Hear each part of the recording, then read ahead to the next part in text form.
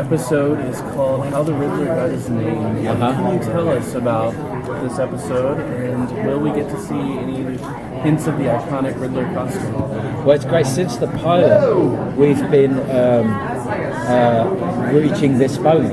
So if you look at the genesis of this character, from the time he walked into GCPD as the medical examiner, to now, it's been a real slow, almost invisible turn of dressing choreographically, doing his hair differently, different classes, different, like just Easter egg after Easter egg after Easter egg. So it's kind of like, it's not a sudden thing that I'm this thing.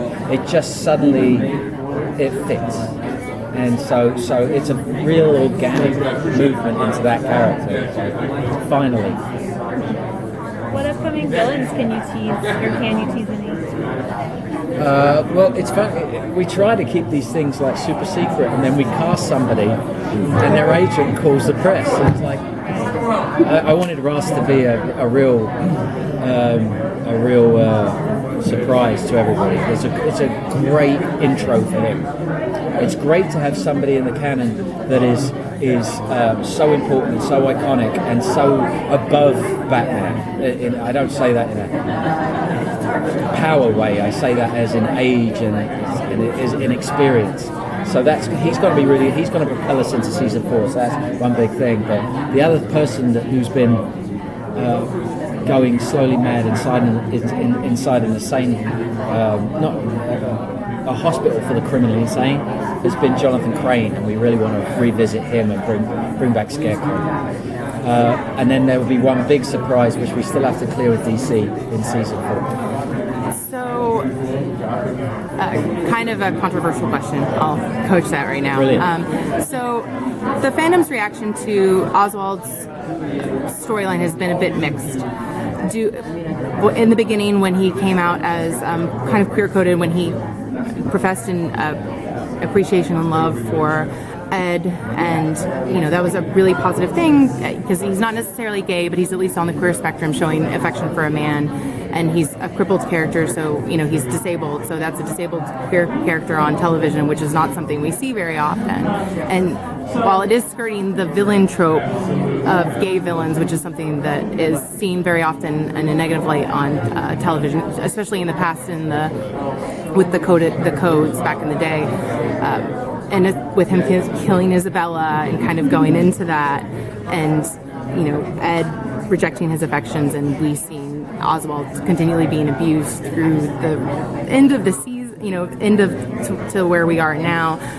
Did you guys kind of think of what the fandom's reaction to Oswald's storyline might be, or did you want to just stick with what your ideal plot was, or have you been surprised at the reaction that the fandom has had at all? Or I mean, the thing about it is, Robin was really clear when we talked about this, about their relationship being. It never became a sexual relationship. It was much more about him. He's never had love before, Robin, apart from his mother. Corey, and we want to get into that in season 4. Is where did he come from? Why was Enigma the way Enigma was? They're so alike, and they're so confused and so lost. Not confused, I would say they're so lost and unloved that the drive in them that becomes violent sometimes, just to be seen, just to find a voice, to find themselves, I thought was more important than any kind of love relationship. I think it was much more about, like every villain in the DC canon seems to be, they won't be ignored, they won't be forgotten, they won't be left in the shadows anymore. They find a way to get Gotham's attention, they find a way. And that's all Oswald had done. We just wanted a moment of vulnerability in that, where he says, I'll stop it all, I'll quit doing all of it if I could just feel real love. And we said, of course, we can't give him that because it's the end of the character. But we wanted him at least to ask for it. So that was all we were genuinely trying to do. And Robin was really clear about,